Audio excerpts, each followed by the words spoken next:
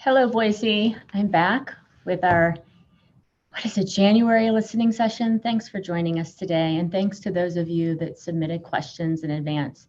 This week, for this month, really, we got a lot more questions related to COVID. So we'll be talking a lot about that during the question and answer period, at least for those that came in advance, and who knows what we'll get from people live today.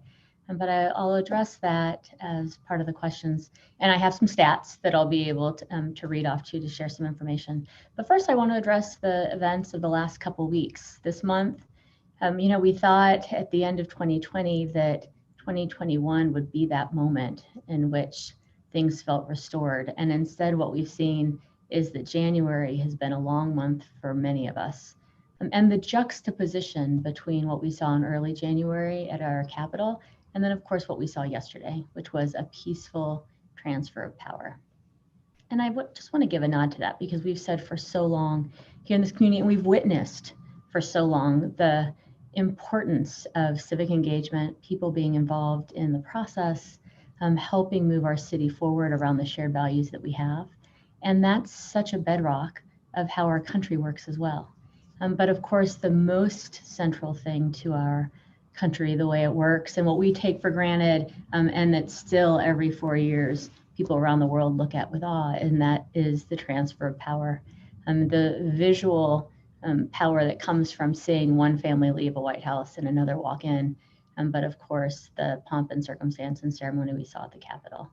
And I want to acknowledge and welcome in the new administration.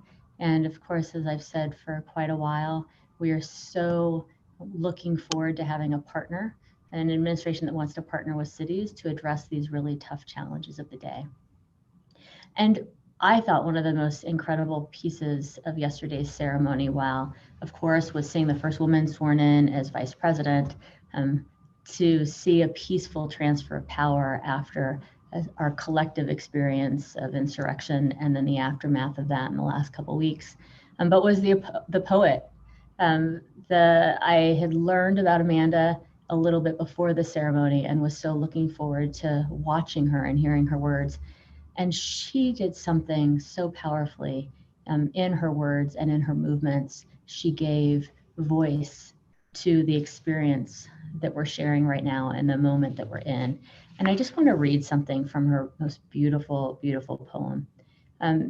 Amanda Gorman says towards the end, acknowledging our experience of the last couple of weeks and of January 6th, but where we are today. We've seen a force that would shatter our nation rather than share it, would destroy our country if it meant delaying democracy.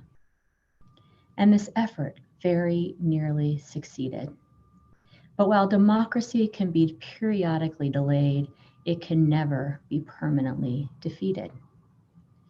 In this truth, in this faith, we trust. For while we have our eyes on the future, history has its eyes on us. There is always light, if only we are brave enough to see it, if only we are brave enough to be it. And in that, I think many of us around the country just stopped and thought about where we've been, where we head, and our role in the path forward. And so in this coming year, I'm both working with our state leaders and federal leaders, but we're working with each of you. I truly look forward to focusing on what matters most here, addressing the challenges of the day, whether that be COVID and now a vaccination rollout, the economic impact of what we've experienced this last year, the climate crisis, and very importantly, addressing how we recommit to the ideals that we all share so that our democracy works at the local level all the way on up. And then so with that, I want to thank Sierra for being here, as always, to help make this more accessible with your signing. Thank you, Sierra. And Seth will take it from here for logistics, and I look forward to answering your questions today. Thanks for coming back. Thank you, Mayor. And yes, thanks, Sierra McIver, for being our American Sign Language interpreter for the day. We really appreciate that. I'll be turning my camera off so that she's up on the screen with the mayor so that we can utilize that interpretation that needs it. We'll do our best to get to as many questions as possible. We'll start with the ones that we received earlier because we have those, and then we'll move on to the ones we received via YouTube. I may paraphrase your question because, as the mayor said earlier, we got a lot of questions about COVID. So we'll just kind of jump those into two kind of major topics that I think we saw. If you're going to put some questions in live during our YouTube live streaming, put your name in and then put your area of town that you're in so that we kind of know where you're coming from and can better address the topics, and especially if there's something that really affects your neighborhood. And with that, thanks everyone for joining us. And I'll start with our first question. We've got a lot of them on COVID, so let's just start there. People want to know whether or not the health order will continue. All right, thanks, Seth. The health order for now does continue. In fact, I had to sign one this morning that's an extension of the current order. And this is why. We have now for almost a year, and it's been a long year, said that people's health, our community's health was a priority, and that as long as there was an expectation that leaders at the local level take action to protect public health, then we'd do that. And the order continues to require masks. We've set up that innovative partnership with businesses to enforce the mask order. And what we saw over Christmas, and just prior to Christmas actually, was a tabling in some ways, like a flattening of the number of cases that we are seeing in the community. That flattening is holding. We've been watching to see what happened post Christmas and New Year's. It's holding right now. Our wastewater data looks as though it's holding in terms of showing us how much virus is in the community. And we don't want to lose the progress that we've made, because we saw how frightening that could be as we got to hospital capacity in November and December. We want to make sure that that doesn't happen so that your friends, family, and loved ones can stay safe and healthy in the event that they need medical care for COVID or anything else.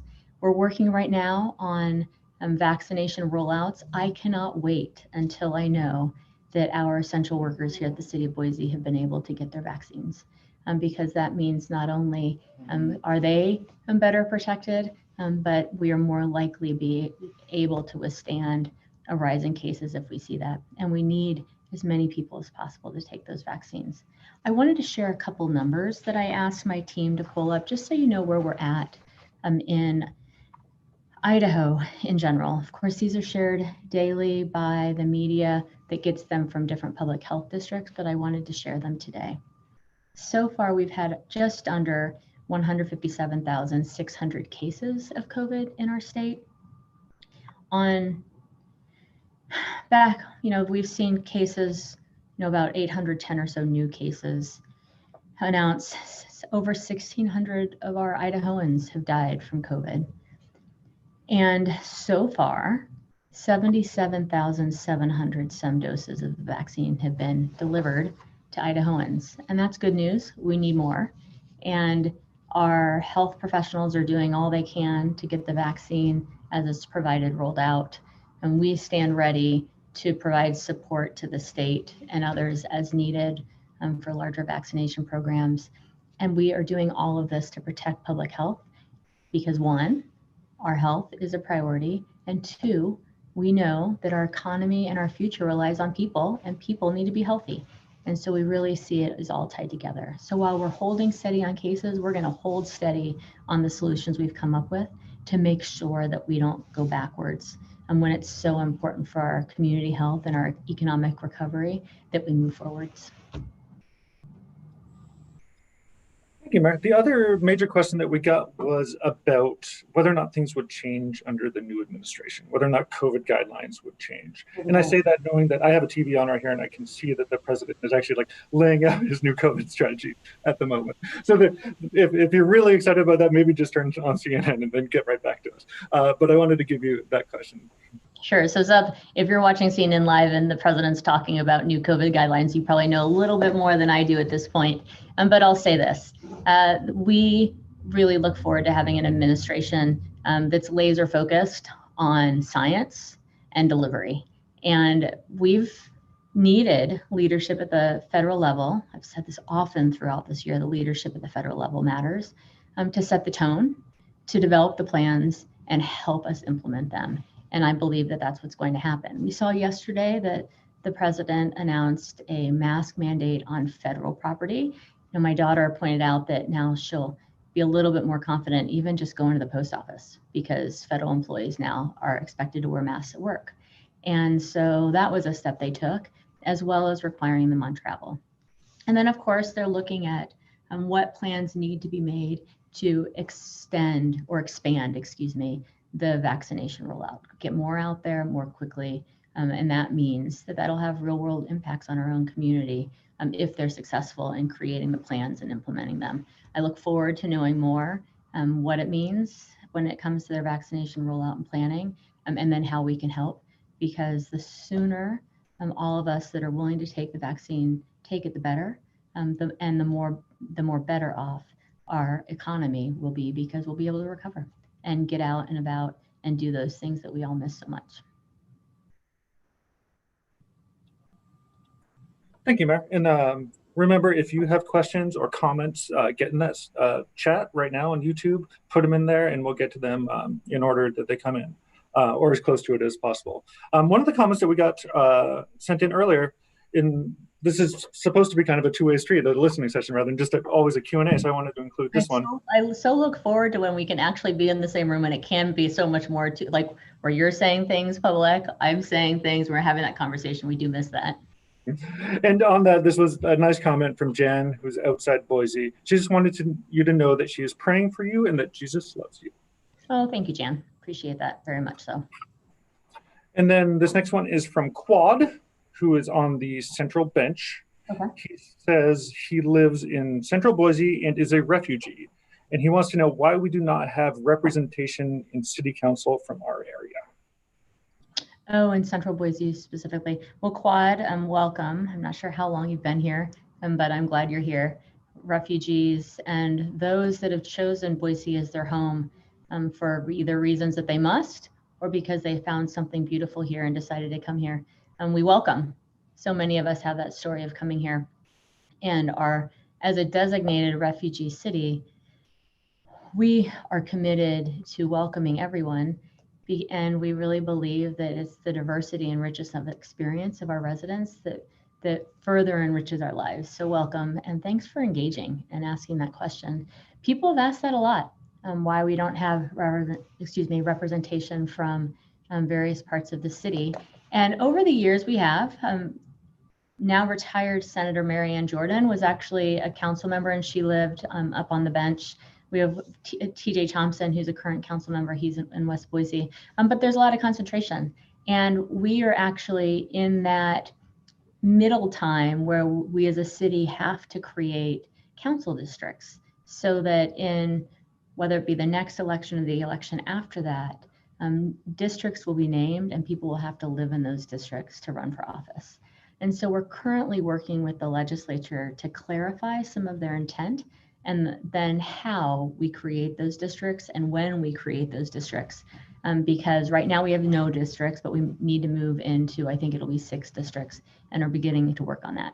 So if not this year, this is city election year, 2021, if not in time for this election, then 2 years later in 2023, there will be districts.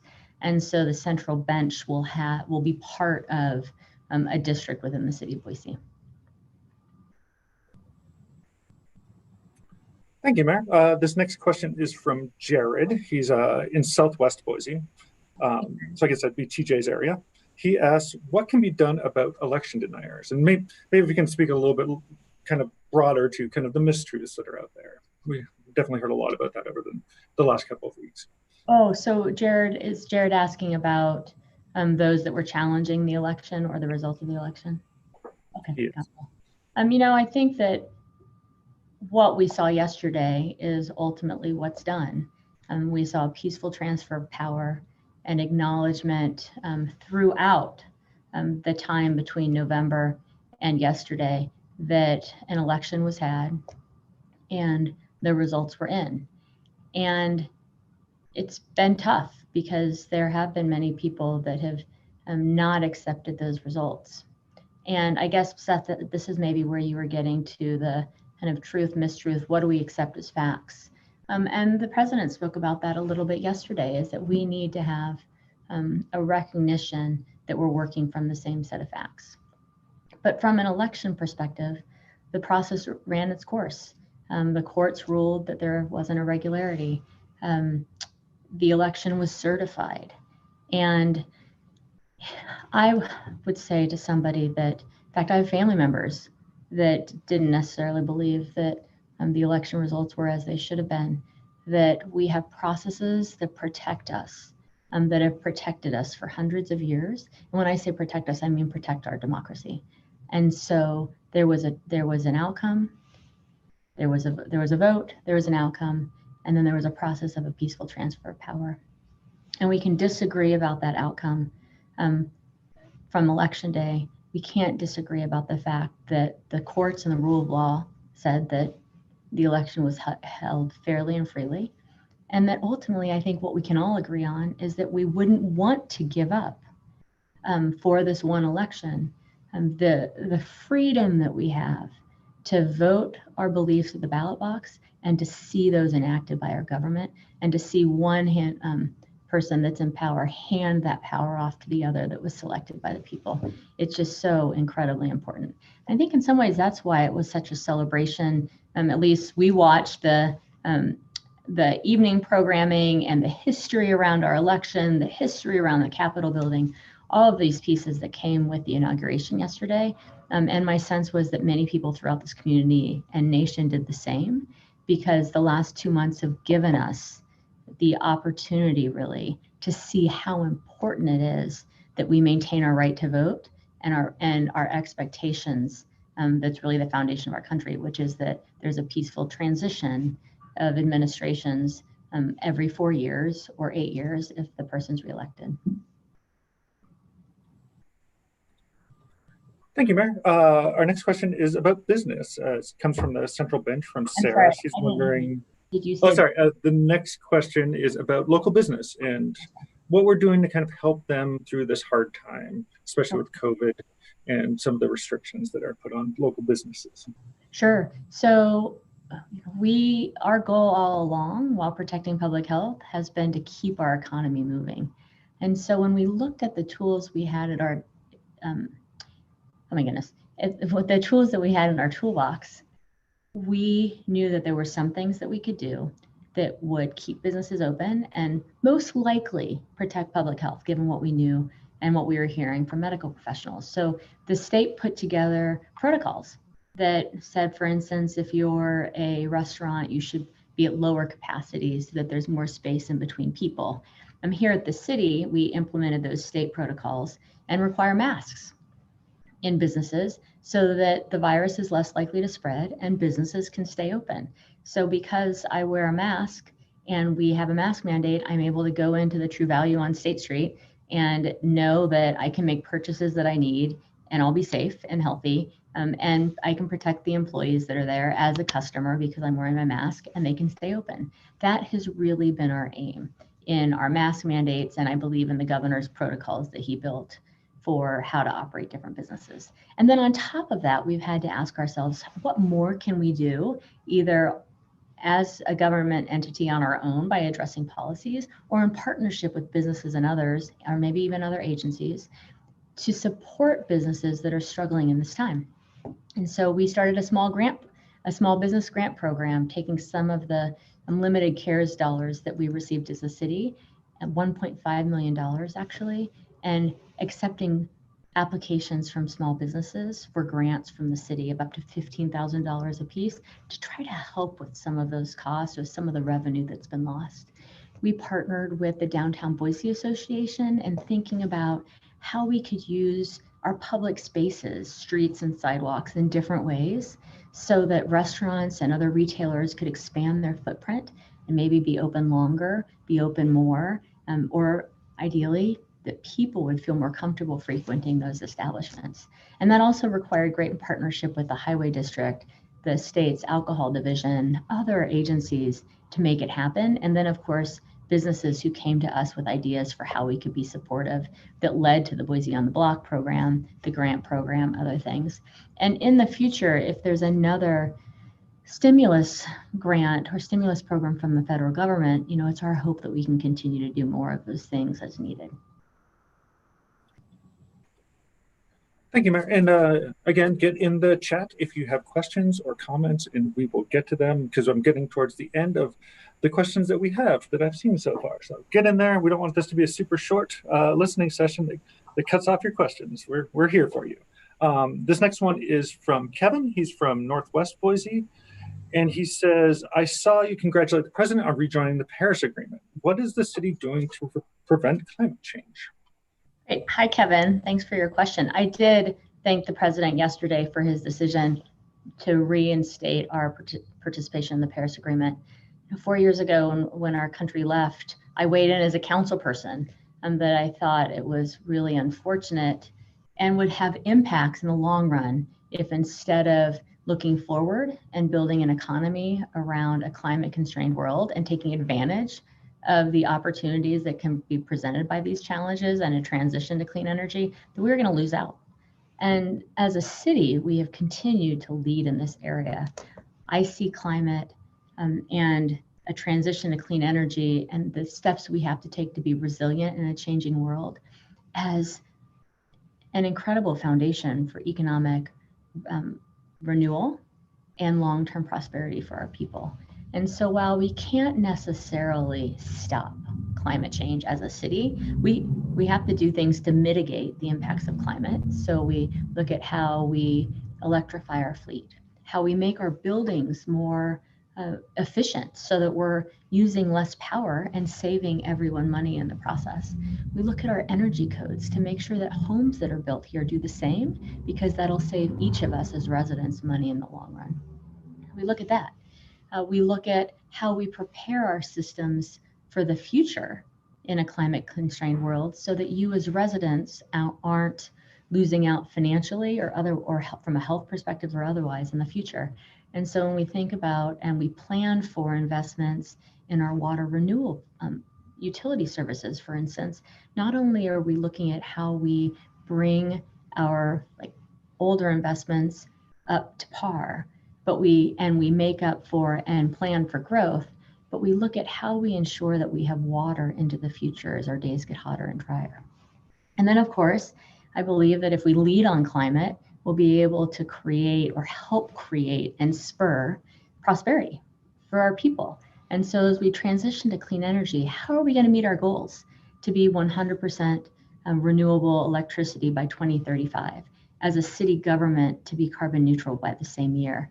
And to do that, we have to create new tools, come up with new ideas, and then bring them to scale. So that not only can we meet our goals, we can save residents money, but we can lead and take advantage from an economic perspective.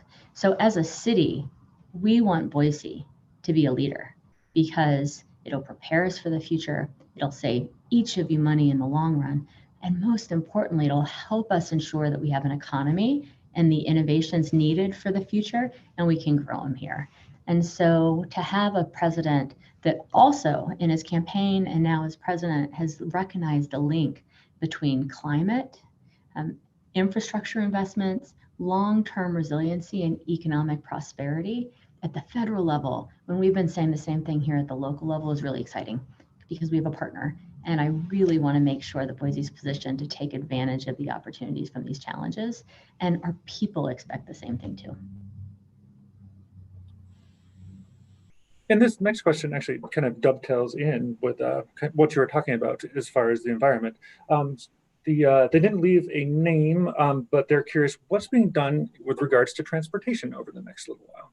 Oh, sure. So transportation is so important for this valley. And I say valley because all of our communities are connected. And there's opportunity. We've struggled.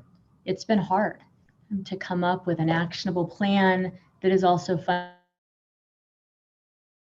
funded for regional transit system, working on building those relationships and the will to ensure that we can take steps to invest in regional transit. And then we're thinking about things from a people scale perspective as well. This year, one of our priorities is, and we're already working on it, is to see through a plan that shows us how we could build out a canal pathway system in this community, connecting from, I like to say, from the farmland to the foothills and everything in between, not only as a way to get to work or to school or to shops on your bike, but as a way just to get outside and to walk. we saw during the pandemic how important open spaces, whether it be the Greenbelt, our parks, our foothills were. And these canals, if we're able to build a plan and then acquire access through easements, offer a lot of opportunity for people to get outside and potentially get off the streets to get to work and everywhere else. And just like 50 years ago, the Greenbelt started with a plan, a map that showed the potential for doing the same thing. And then we're going to work on making some of those maps and the dreams behind them a reality for our residents. So that's different kind of mobility, but it's still mobility and transportation, because every car you get off the street is one less car that those that have to be on the road has to deal with. And as we grow, our traffic and congestion is just getting worse. We are prioritizing this year as a city because we put about 5% of our general funds into the Valley Regional Transit System here. And so we're prioritizing our investment in transit this year on our State Street corridor, because we believe that there's great potential right now in partnering with the Department of Transportation, the administration, our federal delegation, and others to make some of the funds that the city is willing to invest spur a whole bunch more investment. And so our goal is to make some progress along State Street. And of course, we're increasing service where we can on arterials for the buses. We'll continue to look at doing that. And then partnering with our highway district to ensure that there are safe ways for people on foot and on bike to get around as well, because that has really real impacts on transportation. Thank you, Mayor. And to everyone who's watching along, get in there, get in the chat, because this one, I might have another one, but this was the last question that I had. So get in the chat if you've got another question. The question is wondering what's being done to make sure my kids, not my kids, I don't have kids, but their kids can afford a home in the future. So our kids, let's say our kids, because so many of us think about that. Many of us in I want to acknowledge that many Boiseans are thinking about that for themselves, is how do we make rent? How do we find the next place with the market rising as it's rising? And then of course, I think back to when my husband and I moved here right out of college. We were in our young 20s. We were able, with the wages we made, to find a house we could buy, and before we were 25. And I look at our daughter now, who's 21, and know that she couldn't do the same thing in the same place. And that's something that's is being confronted by so many families in Boise right now. It's real. And so there are steps that we're taking to more urgently address affordable housing. But we also recognize we can't do it alone. And I wish that there was a place that we could look at and say, oh, they've figured it out. It's such a puzzle, and it hasn't been fully figured out. So we are trying new things in hopes that some of the different things we try combined will move the needle on affordable housing, but also recognizing that we need to try some new things we might decide don't necessarily work. We're going to try the next thing. But so some policies that we really focused on in my first year in office that we're building on this year are the Affordable Housing Land Trusts. You saw at Franklin and Orchard a proposal for about 200 new homes there at different Boise budgets. And that was land that the city held that we put out for and asked for proposals related to affordable housing. And when I say affordable housing there, I mean at different price points for Boise budgets. We have acquired some additional land for a housing land trust because we think that it'll work. We want to encourage and spur the development of homes at Boise budgets, and we have to use tools. And so offering up the land is one way to do that, with requirements for what we expect to see in exchange for that land. And we are now doing an inventory of our own land that we already hold to see what else we could put into our housing land bank or land trust. So that's one tool. We passed just a couple weeks ago, or was it last week, and we passed it on to first reading, the housing bonus ordinance that lays out what, as a city, we'll negotiate for in exchange for homes at Boise budgets. And really with that tool, we're looking at the workforce housing bracket. And then of course, the zoning ordinance, it's a multi-year process. We have a citizen committee. We'll look at how we maximize the land that we have in this community and while protecting the great nature of our neighborhoods to ensure that we've got homes for everyone in this city. And then Finally, I want to say that no one tool is the end-all be-all of our affordable housing work, that it really is a set of tools that we use at different times in an attempt to increase the number of homes that we have available at Boise budgets. And of course, the other piece that I'd be remiss if I didn't bring up is that is our focus on keeping people in the homes they already have. So we've invested in eviction prevention funds to keep families and individuals in their homes because that's the best place for them to be. And we want to work with organizations that help them do that. And of course, we have to address those experiencing homelessness and the needs they might have as well. So we've invested in street outreach teams that connect those on the streets with the services that they might need to move into shelter and then into home. So really looking at all of these pieces together as we make decisions moving forward. And I think you're on the same wavelength as the people out there, because there's another question that was spurred on about homelessness. So if you want to go a little bit further into homelessness, feel free. Otherwise, we had a question about, I guess, question and kind of a comment about the trails and how they love our trail system, but they're very upset with people running on the muddy trails at the moment. I think this is your expertise.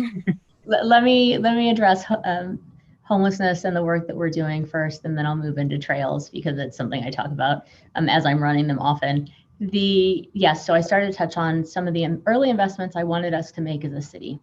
That is building out and increasing the number of people that we have available to provide support to those who are experiencing homelessness, to ensure that our end goal of getting them housed is possible. And so investing in programs that connect people with the services they need to move into shelter and ideally eventually into home. We've invested in the eviction prevention fund to prevent others from becoming homeless, because the last thing we want as we're trying to reduce the number of Boiseans experiencing homelessness is to inadvertently increase it by not having support or being involved in organizations that prevent the evictions from happening. We have an organization, a network of organizations called Our Path Home that work on ensuring that services at all different levels are provided for. And then our city's involved in the campaign to end family homelessness, where we've made a commitment to invest in the programming needed to keep families housed and to find housing for those that need it. Oh, and then I'll move on to Seth, since you asked about foothills. First, I'm going to say, please don't run on muddy trails. And it's so tempting to run on muddy trails. And some of our trails get muddy. Some of them are just fine when it's wet. But we experience this every winter. And as more and more people are starting to use our trails, we see the problem expanding, and actually areas where I haven't seen muddy trails and tracks frozen, I run early in the morning, in place ever before, I'm seeing now. And so I'm glad that you enjoy our trails. This 2021 is actually the 20-year anniversary of a citizen-led effort to pass a foothills levy, the first foothills levy, so that we could acquire open space above our city to be able to create a trail network system like the one that we have now. And we have over 100 miles of trails. And then of course they connect to so many others. And I argue that our open space and trails is unrivaled, especially among cities of our size, but even the other ones as well. But the nature of the soils in the foothills, the nature of our freeze thaw winter does create problems. And so you've probably seen the chain gates across some of the entrances where we have the biggest problems with muddy trails, asking you not to go through that if your feet are sticking to the mud, or you're noticing that you're picking up some mud when you're running or walking or hiking or biking, whatever you're doing. So so much of it right now, of course, every year is encouragement that we do the right thing. And I run earlier in the morning in the winter, it's frozen, and more people are doing that as well. If you're out there in the winter, the trails are frozen, you're not going to contribute to the giant footprints, bike prints, ruts that come from the mud that might require us to close trails in the future.